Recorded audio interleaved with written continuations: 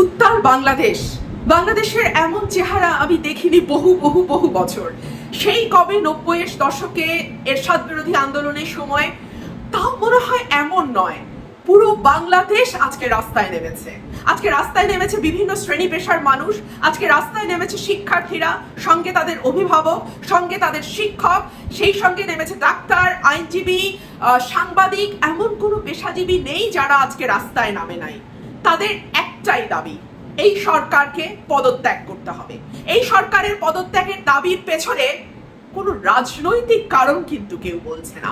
সকলের দাবি, গণমানুষের দাবি, এই সরকার একটা স্বাধীন দেশে তার নিজের নাগরিকের বুক বরাবর পুলিশ দিয়ে গুলি করে রক্তাক্ত করেছে।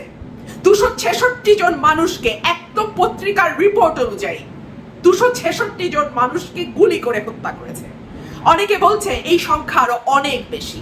মাঝখানে কয়েকদিন ইন্টারনেট বন্ধ করে দিয়ে ব্ল্যাকআউট করা হয়েছে, মানুষকে বুঝতে দেয়া হয় নাই কি হচ্ছে অন্ধকারে। ঘরে ঘরে গণগ্রেপ্তার চালানো হয়েছে, বাসায় বাসায় ধাক্কা দিয়ে পুলিশ জিজ্ঞেস করেছে এই বাসায় কি কোনো ছাত্র আছে। ছাত্র, ইয়াং ছেলেরা, মেয়েরা, তাদের মোবাইল টেলিফোন চেক করা হয়েছে। আমার পরিচিত এক দোকানদার, তাকে তুলে নিয়ে যাওয়া হয়েছে বেচারার মোবাইল টেলিফোনে। আমার সঙ্গে সেই বেচারা একটা ছবি তুলেছিল, সেই ছবি থাকবার কারণে আমি জানি ওই দোকানদার ভদ্রলোক, তিনি কোনো রকম কোনো দলের সঙ্গে যুক্ত নন। তিনি আমাকে টেলিভিশনে দেখেন, সেই কারণেই খুশি হয়ে একটা ছবি তুলেছেন। সেই অপরাধে তাকে পুলিশ ধরে নিয়ে গেছে, এখনো সে ছাড়া পায় নাই এবং তাকে রিমান্ডে নেওয়া হয়েছে।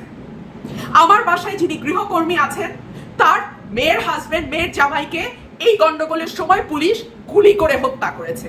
সে আরেক বাসায় ড্রাইভারের চাকরি করত। বাংলাদেশের স্বাধীনতার পরে, কিংবা ধরেন পাকিস্তান আমলে, কিংবা তারও আগে ব্রিটিশ পিরিয়ডে, এইভাবে নিজের দেশের পুলিশ, নিজের দেশের আইন শৃঙ্খলা রক্ষাকারী বাহিনী, নিজের দেশের ট্যাক্সের টাকায় পোষা আইন শৃঙ্খলা রক্ষাকারী বাহিনী নিজের দেশের মানুষের বুক বরাবর গুলি করা অদ্ভুত অদ্ভুত একটি বাংলাদেশ এই সরকার আমাদেরকে দেখিয়েছে। একটার পর একটা নির্বাচন করেছে ভোট ছাড়া, বিরোধী দলের নেতা কর্মীদেরকে গুম করেছে, যখন খুশি তখন তুলে নিয়ে গিয়ে ক্রস ফায়ারে দিয়েছে, হেফাজতে নিয়ে মারধর করেছে, রিমান্ডে নিয়ে অকথ্য নির্যাতন করেছে, অসংখ্য বিরোধী মতের মানুষকে স্রেফ নিশ্চিহ্ন করেছে। এখন তারা, এই যে তাদের অভ্যেস হয়ে গেছে, তাদের রক্তের মধ্যে এই কথা খোদিত হয়ে গেছে যে বল প্রয়োগ করে আসলে যে কোনো কিছু সামাল দেয়া যায়, সে কারণেই তারা সম্ভবত ভেবেছিল এই মানুষের গণ অভ্যুত্থানকেও তারা এই বল প্রয়োগ করে থামাতে পারবে।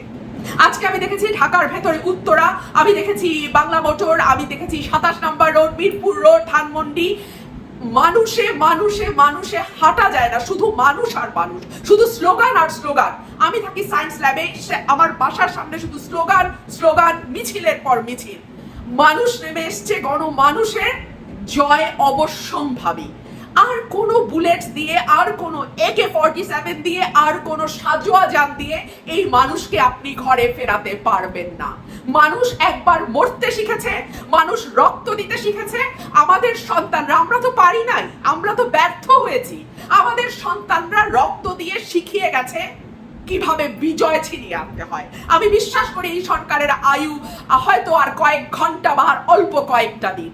এই লড়াইটা আমাদের জারি রাখতে হবে এবং এই লড়াইটাই আমাদের, এই যারা রক্ত দিয়ে গেছেন, যাদের রক্তে আজকে বাংলাদেশের মাটি লাল হয়ে গেছে, তাদের রক্তের ঋণ শোধ কেবলমাত্র আমরাই করতে পারবো।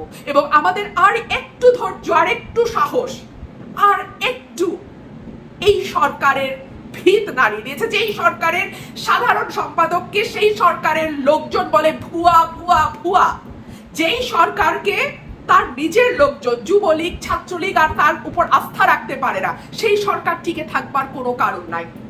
আমি বহু মুখ দেখছি আন্দোলনে, যারা এত বছর সরকারের সুবিধাভোগী ছিলেন, নানান ভাবে তারা ব্যবসা বাণিজ্য, টাকা পয়সা এই সরকারের মাধ্যমেই করেছেন, কিন্তু তারাও আজকে রাস্তায় নেমেছেন, তারাও আজকে অধিকারের কথা বলছেন, তারাও আজকে সরকারের পতন চাইছেন। তার কারণ একটাই, এই মানুষগুলো বুঝে গেছে, এই অতি স্বার্থপর এবং সরকারের সকল অন্যায্যতায় হ্যাঁ বলা, সায় দেয়া মানুষগুলো বুঝে গেছে সরকারের বিদায় ঘন্টা বেজে গেছে। সুতরাং তারাও বুঝেছে এখন আসলে কোন দিকে গেলে অ্যাটলিস্ট তাদের প্রাণটা বাঁচবে, তারা এখন সেদিকেই চলে গেছে।